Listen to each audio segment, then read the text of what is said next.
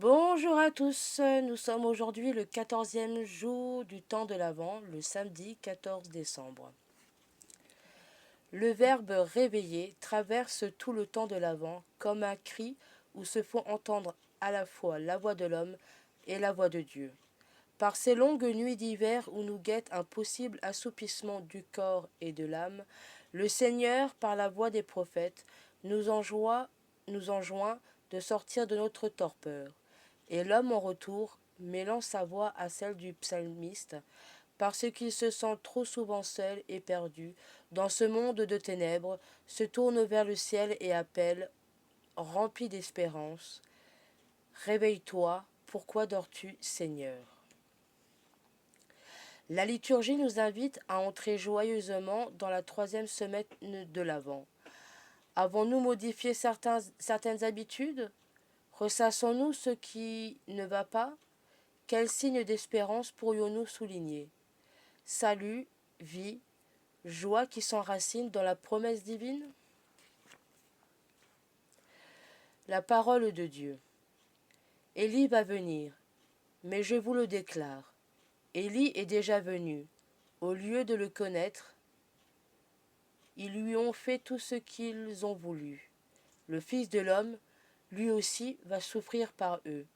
Les disciples comprirent qu'il leur parlait de Jean-Baptiste. Le projet de salut de Dieu est de toujours à toujours. Il se déploie et s'étend sans rien renier de ce qui précède. Ce que nous, chrétiens, appelons la Nouvelle Alliance ne disqualifie en rien l'ancienne alliance. Le prophète Élie, dont il est ici question, ne sera-t-il pas présent aux côtés de Jésus, avec Moïse, lors de la transfiguration? Les scribes enseignaient que cette grande figure, mystérieusement enlevée au ciel, reviendrait préparer le peuple à la venue imminente du Messie. Telle fut bien la mission de Jean le Baptiste, nouvel Élie et homme familier du désert comme lui. Cela, les disciples l'ont compris, mais ont-ils saisi que Jésus annonce aussi sa passion? Jean est mort décapité sur l'ordre d'un tyran, que sa parole trop libre indisposée.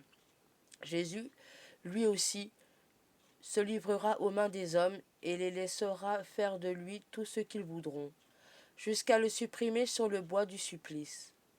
Est-ce donc toujours la même histoire d'injustice et de violence? Non, car en Jésus, il y a davantage qu'Élie. Il y a davantage que Jean le Baptiste. Il y a le Fils de Dieu, vainqueur du mal et de la mort. Le psaume 79. Berger d'Israël, écoute, resplendis au-dessus des chérubins. Réveille ta vaillance et viens nous sauver. Dieu de l'univers revient. Du haut des cieux, regarde et vois. Visite cette vigne, protège-la, celle qu'a plantée ta main puissante. Que ta main soutienne tout ton protégé, le Fils de l'homme qui te doit sa force. Jamais plus nous n'irons loin de toi. Fais-nous vivre et invoquer ton nom. Intercédons.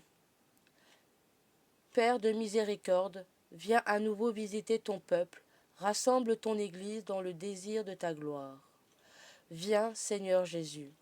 Prions pour l'Église, protège-la de tout repli sur elle-même. Viens, Seigneur Jésus. Prions pour le pape, les évêques, les prêtres et les diacres. Viens, Seigneur Jésus. Prions pour les chrétiens, donne-leur de t'accueillir avec ferveur. Viens, Seigneur Jésus. Prions pour ceux qui se préparent à recevoir un sacrement. Viens, Seigneur Jésus. Prions pour la paix en terre sainte. Viens, Seigneur Jésus. Demeurons avec Marie, ô Vierge Immaculée, élue entre toutes les femmes, pour donner au monde le Sauveur. Servante fidèle du mystère de la rédemption, donne-nous de répondre à l'appel de Jésus et de le suivre sur le chemin de la vie qui conduit au Père. Amen. La vidéo du jour arrive à sa fin. Nous vous souhaitons une très bonne journée ou une très bonne soirée. Et on vous dit à demain. Salut, salut!